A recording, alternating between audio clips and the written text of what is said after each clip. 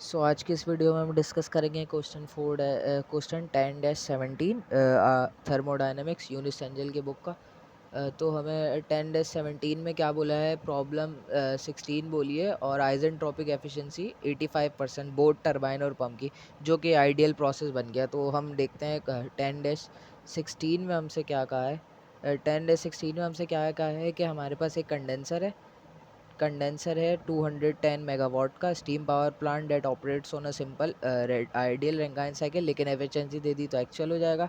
अच्छा, steam enter the turbine 10 megapascal और 500 degree centigrade. Steam turbine पे इंटर कर रही है, तो ये कौन सा होगा, हाई प्रेशर 10 मेगापास्कल का और टेम्परेचर T3 होगा। और क्या बोला है, हमें कूल्ड हो रही है कंडेंसर में, उसका प्रेशर कितना गिवन है, 10 किलो पास्कल, प्रेशर लो वाला गिवन है। और क्या बोला है, टीएस डायग्राम का बोला है, जो कि अगर आप मेरी पिछली वीडियो देखें थ्योरी वाली चैप्टर 10 की, तो उसके अंदर डायग्राम मैंने डिस्कस करी थी।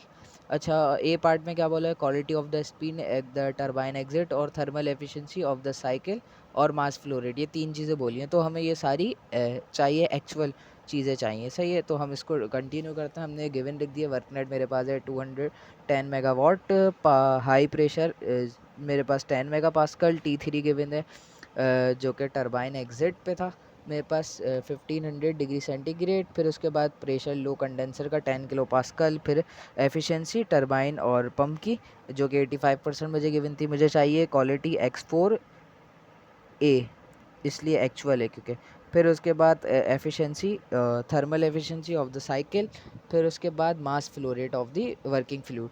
तो सबसे पहले क्या करेंगे, H1 निकालेंगे, जो कि पिछली वीडियो में, थ्योरी वाली वीडियो में एक न्यूमेरिकल मैंने डिस्कस किया था इसका, जो कि सिमिलर होते हैं सारे, लेकिन ये एक्चुअल है तो थोड़ा सा डिफरेंस होगा। जो यहाँ पे ये जैसे A आ रहा है यहाँ पे, तो वो क्वांटिटीज थोड़ी डिफरेंट हो जाएंगी। इसके अंदर X4A और X4S होगा और H2S और H2A होगा, इसी तरीके से। सही है, थोड़ा सा डिफरेंस होगा। तो H1 मैंने किस पे कैलकुलेट करेगा, मैंने करा था H1 स्टेट मेरे पास लो प्रेशर वाली कंडेंसर स्टेट है, तो मेरे पास वो है 10 किलो पास्कल की।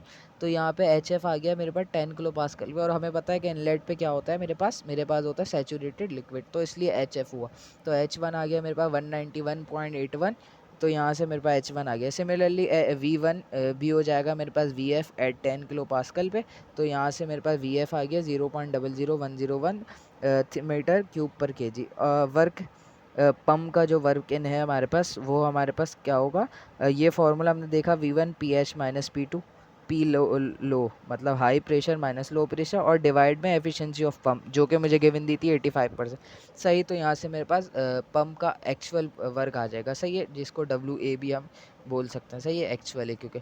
तो जो मेरे पास ये आ रहा है एफिशिएंसी पंप की, मेरे पास 0.85 हो जाएगी डेसिमल में। V1 ये रहा हमारे पास, हाई प्रेशर है 10 मेगा पास्कल, तो 10,000 किलो पास्कल हो जाएगा, और प्रेशर लो हमारे पास होगा 10 किलो पास्कल। तो यहाँ से वर्क आ गया हमारे पास 11.87। अच्छा, H2A चाहिए, H2A किसके बराबर होगा, अच्छा वर्क, इनका फार्मूला ये जो था हमारे पास पंप के, वो था H2 माइनस H1। सही है, पिछली वीडियो में जो हमने देखा था। तो यहाँ पे H2 नहीं है, यहाँ पे H2A है, तो सिंपली H2A हो जाएगा हमारा H1 प्लस वर्क पंप।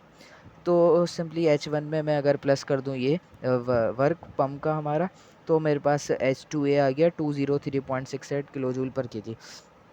अब मुझे चाहिए H2 आ गया मेरे पास, H3 चाहिए मुझे, जो कि 3 पे कौन सी स्टेट है मेरे पास, हाई प्रेशर, और ये टेम्परेचर 500 डिग्री सेंटीग्रेड, तो ये सुपर हीटेड स्टेट होगी फेज़ इसकी। तो मैंने सुपर हीटेड से ये कैलकुलेट कर लिया H3, जो कि आ रहा है 3375.1 किलो जूल पर केजी। इसी तरीके से H3 भी यूज़ कर लिया, जो कि काम आएगा मुझे क्वालिटी कैलकुलेट करने में। तो H3 मेरे पास आ गया 6.595। अच्छा, प्रोसेस जो 3 से 4 प्रोसेस जो होता है रेंगाइन साइकिल का, वो हमारे पास होता है आइजेंट्रोपिक, यानी एंट्रोपी सेम रहेगी, तो इसलिए S3 बराबर होगा S4 के। तो इसलिए X4S में कैलकुलेट करूँगा, X4S, S4 minus SF upon SFG। X4 कौन सी स्टेट है मेरे पास, लो प्रेशर की 10 किलो पास्कल की, तो 10 किलो पास्कल पे SFG हमने रखा, SFG की वैल्यू देख लिएगा। तो X4 यहाँ से मेरे पास आ रहा है 0.7934, जो कि 79.34% हो गया। अब H4S कैलकुलेट करेंगे, क्योंकि X4S का यूज़ कर रहे हैं हम। सही है, तो इसलिए H4S यूज़ करेंगे, जो HF plus X4S HFG HF और HFG मेरे पास वही 10 किलो पास्कल पे आ जाएंगे। मैंने बस वैल्यू पुट करी और H4S आ गया मेरे पास 2089.7। अच्छा ये आया H4S, मुझे चाहिए H4A। H4A किसके बराबर होगा? ये टरबाइन का अगर फार्मूला अगर हम देखें टरबाइन का, तो टरबाइन का फार्मूला हमारे पास हो जाएगा H4A माइनस का H3 work actual upon work ideal, H4A minus का H3 और H4S माइनस का H3। सही, तो मेरे पास टरबाइन का एफिशिएंसी पता थी टरबाइन की 85% या 0.85 डेसिमल में। H4A मुझे कैलकुलेट करना था। H4A तो मैंने इसको ऐसे ही यहीं रखा। इसको मैं ले गया यहाँ से मल्टीप्लाई में H4S minus H3, H4S minus H3, बस यहाँ से माइनस कॉमन ले लिया। आप ये लिखो या माइनस कॉमन लेके लिखो H3 माइनस H4A और H3 माइनस H4S। बात एक ही है क्योंकि दोनों से माइनस, दोनों में से जो ना माइनस कॉमन ले लिए। तो यहाँ से H3 माइनस H4S मैंने मल्टीप्लाई कर दिया NTS के साथ, तो NTS multiply by H3 minus H4S और मेरे पास ये जो H3 बचा ये माइनस का उधर आके प्लस का, और टरबाइन यहाँ पे जो NT था वो यहाँ पे माइनस का हो गया। तो यहाँ पे H3 माइनस का H3 माइनस H4S, सिंपली इस फार्मूले को अरेंज कर दिया मेरे पे। तो यहाँ से मेरे पास H4A का फार्मूला बन गया। मैंने सिंपली वैल्यू पुट करी, H3 मेरे पास ये था, कैलकुलेट करा था मैंने टेबल से, तो ये 3307.5.1, H3 यही आ गया मेरे पास, H4S ये रहा 2089.7 और NT जो एफिशिएंसी ऑफ टरबाइन मुझे गिवन दी है वो दी है 0.85 डेसिबल में। तो यहाँ से H4A मेरे पास आ गया 2282.5 किलो जूल पर केजी। यहाँ से H4A आ गया। अच्छा H4A आ गया, अब यहाँ पे मेरे को ये मिलेगी रिक्वायर्ड मेरी actual quality of the steam. सही है, तो यहाँ से मैं फार्मूला X4A यूज़ करूँगा। H4A मेरे पास आ गया, HF मुझे पता है, HFG पता है। वो स्टेट मेरे पास कौन सी रहेगी? 10 किलो पास्कल की, क्योंकि 4 पे स्टेट 10 किलो पास्कल है। तो उस पर मैंने HF और HFG कैलकुलेट करा था, यहाँ पे सिंपली वही पुट करा है मैंने। तो यहाँ से मेरे पास H4A मैंने पुट करा जो ये मैंने ये कैलकुलेट करा था, और यहाँ से क्वालिटी मेरे पास आ गई 0.874 या 87.4%। तो मेरा A पार्ट कंप्लीट हो गया। अच्छा अब मेरे पास QN चाहिए और Q आउट चाहिए। अब सिंपली सीधे मेथड है जैसे पहले हमने किया था, बिल्कुल वही करेंगे, इजीली आंसर आ जाएगा। सही है, तो QN वही है, H3 माइनस H2 होता था, तो यहाँ पे H2A हो जाएगा एक्चुअल की वजह से। सही है, तो H3 minus H2A simply value put करता जा रहा हूँ मैं, जो मैंने H3 की कैलकुलेट करी थी ये, और H2A मेरे पास आया था H2A मेरे पास आया था ये वर्क से। सही है, तो यहाँ से मेरे पास आ गया वर्क इन 317171.4 और Q आउट मेरे पास आया है जो H4A माइनस H1। H4A मेरे पास था ये 2282.5 और H1 मैंने सबसे स्टार्ट में कैलकुलेट करता था 191.81। तो यहाँ से Q आउट मेरे पास आ गया 2090.7। अच्छा वर्क नेट किसके बराबर होगा? QN minus Q out. तो यहाँ से वर्क नेट आ गया मेरे पास। वर्क नेट कितना आया? 1080.7। अच्छा एफिशिएंसी का फार्मूला, थर्मल एफिशिएंसी का, वर्क नेट अपॉन QN होगा कि वर्क कितना काम हुआ और कितनी हीट मैंने दी थी। तो वर्क नेट सिंपली ये आ गया, और QN हमने ये कैलकुलेट करा था स्टार्ट ये लास्ट में 30,171.4। तो सिंपली मैंने यहाँ पे पुट करी वैल्यू, यहाँ से एफिशिएंसी मल्टीप्लाई कराया 100 से, यहाँ से एफिशिएंसी आ गई 34.1।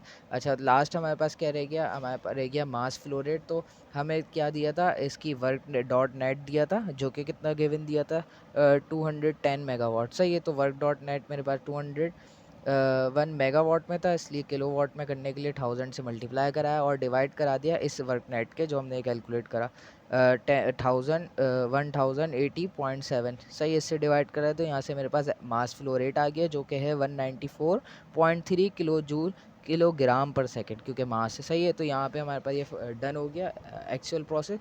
अच्छा इसमें मेथड वही रहेगा जो हमने इससे पहले न्यूमेरिकल देखा था, उसमें सिंपली हम क्या करते थे, मैं अगर ये बताऊँ आपको 10-51 हमने H1 कैलकुलेट करा, V1 कैलकुलेट करा। अच्छा, इसका VP हमने कैसे कैलकुलेट करा था, V1 P H minus PL। सही है, लेकिन यहाँ पे आइडियल नहीं था, एक्चुअल था, तो डिवाइड कराया हमने उसको एफिशिएंसी से। मैं आपको थोड़े से डिफरेंस बता रहा हूँ इसमें। सही है, H2A कैलकुलेट करा था हमने, H2A उसमें कैलकुलेट करा था H1 प्लस VP इन या WA से, V बोल रहा हूँ, सॉरी, WA मतलब एक्चुअल वर्क। सही है, तो H2A कैलकुलेट करा था। यहाँ पे H2A की कोई कहानी नहीं थी, H2A और H2S कुछ नहीं होता था, सिंपली एक होता था H2। सही है, वहाँ पे फिर चेंज होता गया, तो हमने H2A कैलकुलेट करा था। फिर H2A से हमने ये वर्क निकाल लिया था, H2A आ गया हमारे पास। फिर उसके बाद हमने कैलकुलेट करा H3, सिंपली वही इन पे सुपर हीटेड के टेबल से हमने H3 निकाला था, S3 को हमने बोला था S4, क्योंकि आइजेंट्रोपिक प्रोसेस है। फिर मेरे पास ये आ गई थी इसकी आइडियल क्वालिटी आ गई थी। फिर आइडियल क्वालिटी पे मैंने आइडियल एंथैल्पी निकाली थी, H निकाला था, जिसको H4S बोला था। फिर वो H4S को मैंने इस फार्मूले से यूज़ करके निकाला, इस फार्मूले से यूज़ करके मैंने निकाला था H4A। फिर उस H4A पे मैंने X4A निकाला था, जो एक्चुअल क्वालिटी थी। तो जब एक्चुअल क्वालिटी आ गई, मैंने उस पे उसको यूज़ करके मैंने simply Q in Q out वगैरह, ये क्वालिटी आ गई, ये मुझे रिक्वायर्ड थी। सही है, फिर क्यू इन क्यू आउट मैंने ये H4A वाली और H2A वाली टर्म यूज़ करके सिंपली वही मेथड फॉलो किया जो मैंने पहले फॉलो किया था। तो इसके अंदर और कोई मुश्किल चीज़ नहीं है इस चैप्टर में। ऐसा अगर ये एक न्यूमेरिकल है 10-20, 10-20 में हमने सिंपली ये हमारे पास चीज़ें गिवन दी थी। अच्छा, इसमें थोड़ी सी एक थी हमारे पास एफिशिएंसी गिवन दी थी हमारे पास, बॉयलर की दी थी, और कोल भी दिया था हमारे पास, हीट कॉल की। अगर हम इस न्यूमेरिकल को देख लें, थोड़ा सा इंटरेस्टिंग है, 10-20 वाला।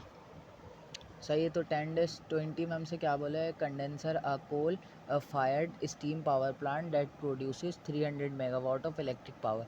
सही है, 300 मेगावाट है, मतलब एम डॉट दे दिया हमें 300 मेगावाट। सही है, फिर उसके बाद क्या बोला है, the power plant process operate simple and ideal Rankine cycle with turbine inlet condition of, turbine के मतलब हाई प्रेशर 5 मेगा पास्कल है, और T3 हमारे पास 450 डिग्री सेंटीग्रेड। कंडेंसर का प्रेशर, वो लो प्रेशर जो है वो 25 किलो पास्कल है। अच्छा, कोल की हीटिंग वैल्यू हमें दी है, energy release when the fuel is burn, वो कोल की कितनी हीट रिलीज़ करता है, तो वो कितनी करता है, 29,300 किलो जूल पर केजी। तो मैंने इसको बोल दिया क्यू कोल। सही है, सही है, ये हमारे पास आगे कोल की हीट रिलीज एनर्जी। सही है, assuming that 75% of energy is transfer to the steam in the boiler. अच्छा, ये पूरी हीट ट्रांसफ़र नहीं करता, ये 75% ट्रांसफ़र करता है बॉयलर के अंदर। That the electric generator has a efficiency of, अच्छा इलेक्ट्रिक जनरेटर है, जब हमारे पास ये बॉयलर है, फिर उसके बाद टरबाइन आती है, तो टरबाइन के साथ जो जनरेटर लगा हुआ है वो भी पूरी एनर्जी प्रोड्यूस नहीं करता, वो 96% प्रोड्यूस करता है। तो डिटरमाइन करनी है overall plant efficiency, the ratio of net electric power output to the energy input as fuel. And B मालूम क्या करना है, the required rate of coal supply. सही है, required rate of coal supply हमें मालूम करना है। तो हम क्या देखेंगे, हमें एफिशिएंसी चाहिए, ओवरऑल एफिशिएंसी, और required rate of coal power plant में कितना कोल रिक्वायर्ड है। सही है, वर्क आउट हमारे पास जो था 300 मेगावाट का था, हमारे पास हाई प्रेशर जो गिवन दिया था टरबाइन पे, वो था 5 मेगा पास्कल, और T3 हमारे पास गिवन दिया था 450 degree centigrade, low pressure 25 kilo pascal. अच्छा, जो कोल की हीट थी एनर्जी, वो थी 29,300, और ये इलेक्ट्रिक जनरेटर की एफिशिएंसी 96%। जो टरबाइन के साथ जनरेटर होगा वो मूव कर रहा होगा, तो वो पूरी जनरेटर एनर्जी प्रोड्यूस नहीं करता, 96% करता है, 4% उसमें लॉसेज है। और बॉयलर के अंदर भी ये पूरी हीट प्रोवाइड नहीं करता, 75% प्रोवाइड होती है। तो ओवरऑल एफिशिएंसी मालूम करनी है। सही है, तो हम क्या करेंगे, ओवरऑल एफिशिएंसी क्या होगी, सब एफिशिएंसी का प्रोडक्ट होगी। सही है, और मास ऑफ कोल पूछा हमसे। सही है, ये दो चीज़ें पूछी हैं, ओवरऑल एफिशिएंसी और मास ऑफ कोल। सही है, तो हम सबसे पहले क्या करेंगे, वही H1 हमने कैलकुलेट कर लिया, क्योंकि सैचुरेटेड स्टेट थी हमारे पास सैचुरेटेड लिक्विड, तो H1 मेरे पास वही आ गया 25 किलो पास्कल पे HF। सही है। इसी तरीके से V1 भी मेरे पास VF हुआ है 25 किलो पास्कल पे। फिर वर्क पम्प का जो वर्क इन है हमारे पास वो V1 PH माइनस PL हो गया हमारे पास, हाई P2 माइनस P1 भी जिसे कह सकते हो, हाई माइनस लो सिंपली। सही है। तो यहाँ से मेरे पास पम्प का वर्क इन आ गया। फिर उसके बाद मेरे पास H2 किसके बराबर होगा, H1 प्लस वर्क पम्प का वर्क इन होगा हमारे पास। तो यहाँ से H2 मेरे पास आ गया। H3 किस पे आ गया, ये हाई प्रेशर 5 मेगापास्कल और टेम्परेचर जो 450 डिग्री सेंटीग्रेड दिया है। यहाँ से मेरे पास आ गया S3 भी यहाँ से आ गया। फिर S3 को यूज़ करके हमने क्वालिटी कैलकुलेट करी, S3 बराबर S4 के, क्योंकि आइजेंट्रोपिक प्रोसेस था। तो X4 मेरे पास आ गया। SF और SFG कहाँ है मेरे पास, क्योंकि 4 स्टेट हमारे पास लो प्रेशर की थी, तो स्टेट 25 किलो पास्कल पे SF और SFG आया मेरे पास। और S4 S3 के बराबर था, तो S4 ये आ गया। फिर यहाँ से X4 मुझे पता चल गया कितना है, 0.8545 क्वालिटी मेरे पास आ गया। इस क्वालिटी को यूज़ करके मैंने H4 निकाला, जो कि किसके बराबर है, HF प्लस X4 HFG। यहाँ पे भी HF और HFG के साथ 25 किलो पास्कल पे आ गया। तो यहाँ से H4 मेरे पास ये आ गया। तो ये क्यू इन और क्यू आउट क्या, H3 माइनस H2 और H4 माइनस H1 से क्यू इन और क्यू आउट आ गए सिंपली। वही है जो प्रोसेस फॉलो होता है, सिंपली सेम है, थोड़े से आखिर में चेंजेस है, तभी मैंने डिस्कस कर दिया। अच्छा, एफिशिएंसी इसकी मैंने निकालनी है, इस प्लांट की thermal efficiency 1 minus Q out upon Q in, वही work net upon Q in था। वर्क नेट को मैंने खोल दिया Q in minus Q out में, और फिर इसको दोनों पे डिवाइड कर दिया। क्यू इन से क्यू इन कैंसिल हो गया, इसलिए 1 बच गया, 1 minus Q out upon Q in. तो यहाँ से वैल्यू पुट करिए, यहाँ से एफिशिएंसी मेरे पास आ गई 0.3407 और 34.07%। सही है। यहाँ से थर्मल एफिशिएंसी आ गई। अच्छा, ओवरऑल एफिशिएंसी क्या होगी इन सबका प्रोडक्ट, तो इसका प्रोडक्ट मल्टीप्लाई बाय जो हमारे पास 0.75 थी बॉयलर की, जो कोल जो है बर्न हो रहा था और फिर बॉयलर को हीट दे रहा था, तो वो 0.75% एफिशिएंसी, और 96% हमारे पास जनरेटर की एफिशिएंसी। तो ओवरऑल एफिशिएंसी आ गई 24.5%। तो यहाँ से मेरे पास ओवरऑल एफिशिएंसी आ गई। फिर उसके बाद मेरे पास है क्यू इन। मुझे जो मालूम करनी थी क्यू इन डॉट, मुझे मालूम करना है मास ऑफ कोल कितना रिक्वायर्ड है। अच्छा, क्यू इन जो इसकी थी हमारे पास, अ, हमें क्या दिया था, कोल की। सही, कोल की जो हमारे पास दी थी, कितनी प्रोड्यूस करता है, कितनी 29,300 प्रोड्यूस करता है। अच्छा, क्यू तो हमारे पास वर्क नेट है, हमारे पास वर्क डॉट नेट, जो इसका जो है पावर थी पूरी एक्चुअल, वो थी 3000 मेगावाट। सही है। अब ये मेगावाट किससे प्रोड्यूस हो रही है, कोल बर्न हो रहा है हमारे पास, और ये ओवरऑल एफिशिएंसी वगैरह। तो हमें बॉयलर के अंदर कोल बर्न हो रहा है जो अपने वर्किंग फ्लूइड को हीट अप कर रहा है वो। सही है। वो जो कोल बर्न हो रहा है उसका फ्लो रेट चाहिए कि कितने सेकंड में कितना बर्न हो रहा है, वो फ्लो रेट पूछना है, वो पूछना है। तो हमें चाहिए सबसे पहले कि ये जो पावर है हमारे पास 300 मेगावाट, ये किस इस एफिशिएंसी पे कितना वर्क नेट चाहिए होगा इसको प्रोड्यूस करने के लिए, उसना कितनी एनर्जी चाहिए होगी, क्यू इन चाहिए होगी। असल में हीट मुझे मालूम करनी है। जो मेरे पास ओवरऑल एफिशिएंसी है इतनी, जो कितनी बन रही है, 0.245% बन रही है। सही है। और मेरे पास वर्क डॉट नेट आउट है जो मेरे पास इस पावर प्लांट का, वो कितना है, 300 मेगावाट है। सही है। तो मुझे क्या चाहिए, work dot net upon overall efficiency. इस एफिशिएंसी पे ये जो वर्क डॉट नेट है ये कितनी हीट कंज्यूम करेगा। सही है। तो ये आ गया मेरे पास मेगावाट से किलोवाट में करा और डिवाइड कर दिया एफिशिएंसी से, तो ये मेरे पास क्यू इन आ रहा है कुछ 1,222,992 किलो जूल पर सेकेंड के, पर सेकेंड में इतनी हीट इसको चाहिए। अच्छा, ये हीट कोल कैसे प्रोड्यूस करेगा, बर्न होके करेगा, तो पर केजी कोल कितनी प्रोड्यूस कर रहा था मेरे पास, 29,300 joule energy produce, kilo joule produce कर रहा है। तो सिंपली इसको मैं क्यू डॉट इन से डिवाइड करा दूंगा क्यू कोल को, तो यहाँ से मेरे पास फ्लो रेट ऑफ कोल आ जाएगा, जो कि आ रहा है 41.74 किलो जूल पर कैसी। बस इसका यूनिट हमने चेंज कर दिया टन पर आवर, कि कितने टन एक घंटे में यूज़ हो फ्लो कोल बर्न हो रहा है। तो यहाँ से मैंने टन कितना होता है, एक टन के अंदर 1000 केजी होते हैं, तो 1000 से डिवाइड करा दिया मैंने। और आवर से मुझे सेकंड से आवर में जाना था, तो मैंने मल्टीप्लाई करा दिया इसको 3600 से। तो यहाँ से मेरे पास आ रहा है मास ऑफ कोल आ रहा है 150.3 टन बर्न हो रहा है एक घंटे के अंदर कोल। तो यहाँ पे ये भी न्यूमेरिकल हमारे पास डन हो गया। सही है। उसके बाद अगर मैं देखूँ 10-22 के अंदर, तो इसके अंदर लास्ट में थोड़ी सी चेंजेस थी। आपने यहाँ से मास फ्लो रेट तक तो निकाल लिया था, यहाँ से पूछा था mass flow rate of cooling water, या कंडेंसर में एक जो है ना पानी जा रहा था कि कंडेंसर में वो उसकी जो है ना हीट थोड़ा सा उसको जो है ना कूल कर देता। तो हमें पता है कि चेंज ऑफ हीट होगा, इंटरनल एनर्जी चेंज होगी, क्योंकि क्यू आउट हो रहा होगा उसमें से एनर्जी जा रही है, और इंटरनल एनर्जी को हम क्या कर सकते हैं, एम सी डेल्टा टी से डिनोट कर सकते थे। अच्छा, ये एम डॉट सी डब्ल्यू मुझे गिवन दिया है क्वेश्चन में ही, वो मैंने लिख दिया था, अ, जो कि था 2000। सही है। और सी मैंने कैलकुलेट करा था 4.18।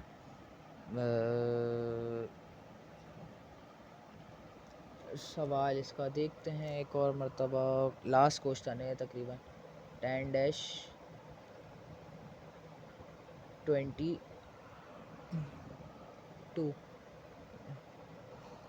सही, हमें क्या दिया है, thermal efficiency, mass flow rate of the steam thermal power plant, steam power plant operates in a simple Rankine cycle and net power output 45 megawatt की है हमारे पास। स्टीम इंटर द टरबाइन, वही सब मेथड चल रहे हैं। हाई प्रेशर दे देते हैं, T3 दे देते हैं, लो प्रेशर दे देते हैं। अच्छा, ये कंडेंसर में यही बता रहा था मैं आपको, रनिंग वाटर है कूलिंग का, जो मैं बताना चाह रहा था, जो lake through the tubes of the condenser के ट्यूब में आ रहा है, जो उसको कूल कर रहा है, बस ये उसका ये 2000 किलो जूल पर किलोग्राम पर सेकंड दिया हुआ है। मास फ्लो रेट है, क्योंकि थर्मल एफिशिएंसी और ये मालूम करनी है। सही है, मास फ्लो रेट। अच्छा, ये वाटर है मेरे पास, तो 4.18 आ गया इसका सी। अच्छा, क्यू आउट जो मैंने कैलकुलेट करा, वो क्यू आउट कैसे कैलकुलेट कर रहा हूँ मैं, मेरे पास ये जो आ रहा है एम डॉट क्यू आउट, ये क्यू आउट कितना है जो मैंने यहाँ से कैलकुलेट करा था, जो मैंने इसको एस किससे कैलकुलेट करे थे हम, H4 माइनस H1 से क्यू आउट, ये रहा Q out H4 minus H1 से। यहाँ से मेरे पास वो क्यू आउट जो आया था वो कर दिया। मास फ्लो रेट किसका है, ये उसका है जो हमारे पास वर्किंग फ्लूइड है, जो मैंने कैलकुलेट कर चाहा। वर्क डॉट नेट ये मुझे गिवन दिया होगा क्वेश्चन में, कितना गिवन दिया था मेरे पास, 45 मेगावाट। सही है, वर्क डॉट नेट है। सही है, ये दिया था 45 मेगावाट, और तो यहाँ से मेरे पास मास आ गया स्मॉल, मतलब ये पर मास वाला, पर केजी वाला जो था वो मेरे पास ये आया था वर्क इन माइनस वर्कआउट से, ये मेरे पास आ गया 1250.7। सही है, तो इनको डिवाइड करके मेरे पास मास फ्लो रेट आ गया वर्किंग फ्लूइड का मास फ्लो रेट, वो जो अंदर स्टीम घूम रही है ना, उसका वर्किंग फ्लूइड जो पानी है वो उसका है 36 किलो जूल पर किलोग्राम पर सेकंड। सही है, तो इससे मेरे पास आ गया mass flow rate working fluid का। अच्छा, मुझे क्या मालूम करना था, क्यू डॉट आउट मालूम करना था कि टोटल हीट कितनी जो है ना ट्रांसफ़र हो रही है उस, मतलब ये जो वाटर मेरे पास वर्किंग फ्लूइड का, ये किसको कर रहा होगा, जो लेक से पानी आ रहा है कंडेंसर में, उसको जो है ना हीट ट्रांसफ़र कर रहा होगा। तो क्यू आउट मेरे पास सिंपली है, इन दोनों को मैंने मल्टीप्लाई कराया, 36 मल्टीप्लाई बाई क्यू आउट, तो मेरे पास आ गया क्यू डॉट आउट जो पर सेकंड में मतलब कितनी हीट ट्रांसफ़र हो रही है, तो वो आ गई मेरे पास 70,586 किलो जूल पर सेकंड। ये इतनी हीट ट्रांसफ़र कर रहा है उस कंडेंसर में जो लेक से पानी आ रहा है उसको। तो ये मेरे पास इतनी हीट ट्रांसफ़र हो गया। ये डेल टी के लिए मैंने अरेंज कर दिया इस फार्मूले को, जो मैंने डिस्कस किया था थोड़ी देर पहले। अच्छा, एम डॉट मेरे पास ये अभी मैंने 2000 अभी शो कराया, क्वेश्चन में गिवन दिया है। सी मैंने कैलकुलेट कर लिया टेबल से वाटर के लिए। अच्छा, तो यहाँ से मेरे पास क्यू डॉट आउट भी आ गया, तो यहाँ से मेरे पास डेल टी भी आ गया, जो कि कूलिंग वाटर में कितना टेम्परेचर राइज़ हो रहा है लेक का। हमें इनिशियल पता नहीं था, वैसे हम एज्यूम कर सकते थे कि लेक है तो एटमॉस्फेरिक टेम्परेचर होगा कोई 27 डिग्री सेंटीग्रेड पे, बट हमें क्या पूछा था, rise in temperature in the cooling water. सही है, तो सिंपली हमने डेल टी लिख दिया 8.4, और यहाँ पे हमारा ये भी डन हो गया क्वेश्चन। तो आपको कोई सवाल है तो आप आस्क कर सकते हैं कमेंट सेक्शन में। थैंक यू, अल्लाह हाफ़िज़।